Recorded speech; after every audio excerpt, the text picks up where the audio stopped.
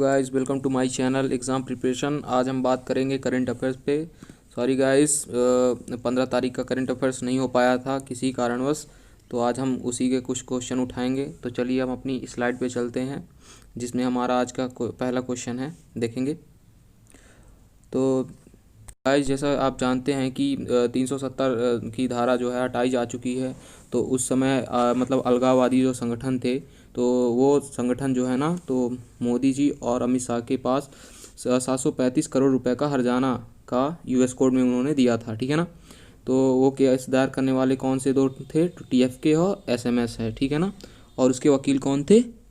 गुरवंत सिंह पन्नू, ये थे उनके वकील, ठीक है ना। तो उन्होंने वो केस हार गए, मतलब वहाँ पे ना जाने के कारण वो केस हार चुके हैं, ठीक है ना।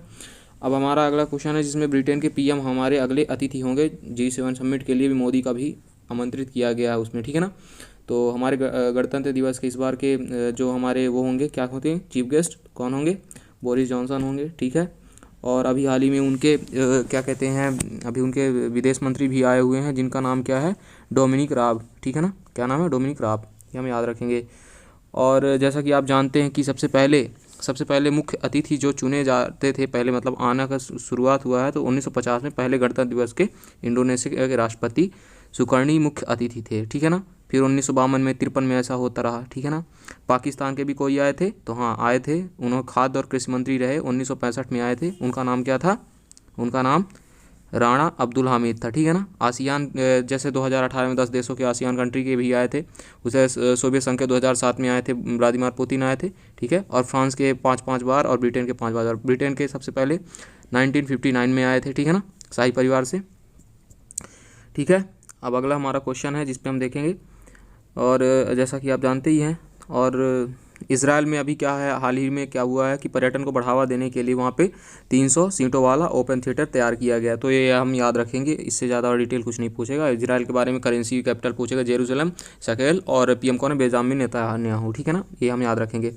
अब देखेंगे हम चीन की ओर। तो चीन की ओर देखेंगे कि दुनिया को डेप्थ ट्रैप में कैसे फंसाया जा रहा है, और कैसे चीन दूसरे देशों को कर्ज के जाल में फंसाता है। तो ठीक है, जैसे हार्वर्ड बिजनेस रिव्यू के मुताबिक चीन ने 150 देशों को 1.5 ट्रिलियन मतलब डॉलर का लोन दिया, ठीक है ना। जबकि वर्ल्ड बैंक ने और IMF ने 200 अरब डॉलर का दिया, ठीक है ना। तो हम ये देखेंगे। और आप अपने यहाँ ये भी देख सकते हैं कि चीन और पाकिस्तान का के सहयोग से बनता हुआ CPC का मतलब कॉरिडोर जो चल रहा है, ठीक है ना। और इसमें कई कंट्री शामिल है, जैसे बांग्लादेश, नेपाल। तो हमें आप एक क्वेश्चन कमेंट सेक्शन में ये भी बताएंगे कि जो ये कौन सा देश जो है CPC का सदस्य नहीं है, ठीक है ना, ये हमको आप बताएंगे। और जैसा देखेंगे कि सबसे ज़्यादा ये पाकिस्तान तो है ही, और देखेंगे सबसे ज़्यादा तो अफ्रीकन कंट्री में ज़्यादा मतलब जो है तो कर्ज के जाल में फंसती जा रही है, जिसमें हमारे पास अंगोला है और इथोपिया है, जाम्बिया है, ये अदर भी हैं, आप देख लेंगे, रिपोर्ट इसमें दी हुई है, ठीक है ना। और टॉप 10 2018 में जो इन्वेस्ट किए हैं, तो ये आप देखेंगे तो सबसे पहले अमेरिका है 252, ठीक है ना। चीन है 139, ठीक है। ये आप देख लेंगे अपने अपने हिसाब से, ठीक है।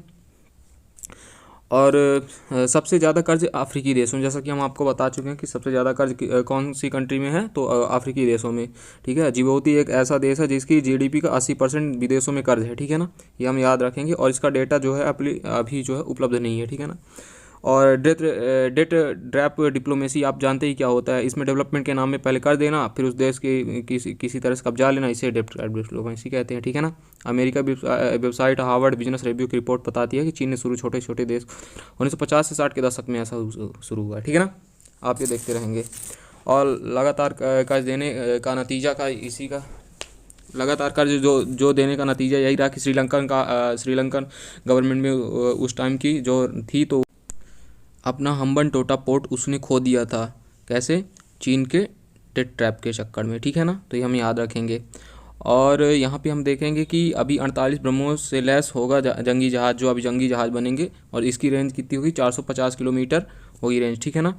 और ये याद रखेंगे। और 1800 करोड़ रुपए का बनाया गया है प्रपोजल, ये सरकारी सूत्रों के हवाले से आई है न्यूज़, ठीक है ना। और एक्सपर्ट मार्केट भी खोज रहा है, एक्सपोर्ट के लिए मार्केट भी खोजा जा रहा है, ठीक है ना, कि एक्सपोर्ट भी किया जाएगा, जैसा कि आपको पता ही है। और ये PZ-10 के तहत एक स्वदेशी बना दिया गया इसे, ठीक है ना। और इसके अपडेटेड वर्जन आते रहते हैं, ठीक है ना। और इसको DRDO डेवलपमेंट कर रहा है, ठीक है ना। और यह हमें याद रखेंगे। अगला क्वेश्चन हमारा ये है, देश का जो व्यापार घाटा नवंबर में है 9.87 अरब डॉलर रहा, निर्यात में 8.74% की गिरावट रही, ठीक है ना। ये हम याद रखेंगे नवंबर में। और ये याद रखेंगे कि जो सोने की आयात में है 2.7% की बढ़ोतरी हुई है, ठीक है ना, ये हम याद रखेंगे। और इसी के साथ देश का निर्यात भी घट चुका है, तो 8.74 गिरकर 23.52 अरब डॉलर हो चुका है। और ऐसा इसलिए है पेट्रोलियम ये कोर सेक्टर में गिरावट की वजह से हुआ, ठीक है, ये हम याद है। और अभी अगले एक न्यूज़ में हम देखेंगे, रूसी एयर डिफेंस सिस्टम को खरीदने के बाद तुर्की के ऊपर अमेरिका ने प्रतिबंध लगा दिया है। अब देखते हैं क्या होता है, हाल ही में जो गवर्नमेंट चेंज होगी तो इसके बाद क्या होता है, नतीजे क्या निकल के आते हैं, ठीक है। अभी कल ही हम जब वीडियो डाल रहे थे कुछ समय पहले अपना स्टैटिक जीके का, तो उसी टाइम में यही हाल हुआ है।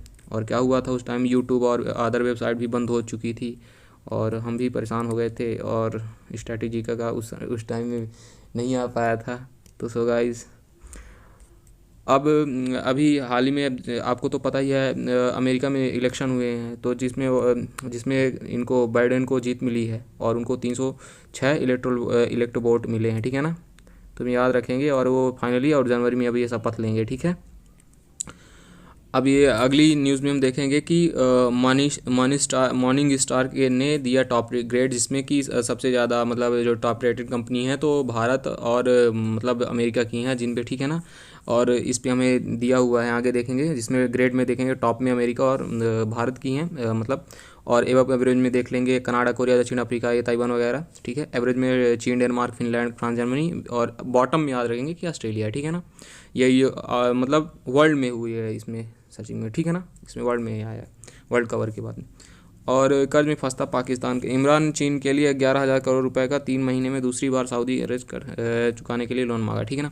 ये हम याद रखेंगे कि मतलब जो है डेप्ट डिप्लोमेसी में फंसते हुए पाकिस्तान जो है चीन से लगातार कर्ज लेता जा रहा है, ठीक है।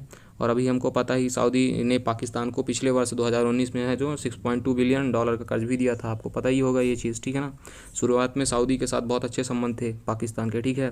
फिर 2014 में जब नरेंद्र मोदी की गवर्नमेंट आई तो अरब गल्फ रीजन में ज़्यादा ध्यान देने लगी, ठीक है। और फिर पाकिस्तान का ऐसा मतलब मलेशिया, तुर्की के प्रति उदार भाव रखना और सऊदी अरेबिया को अच्छा नहीं लगा, तो आपको पता ही है नतीजे क्या हुए इसके लिए।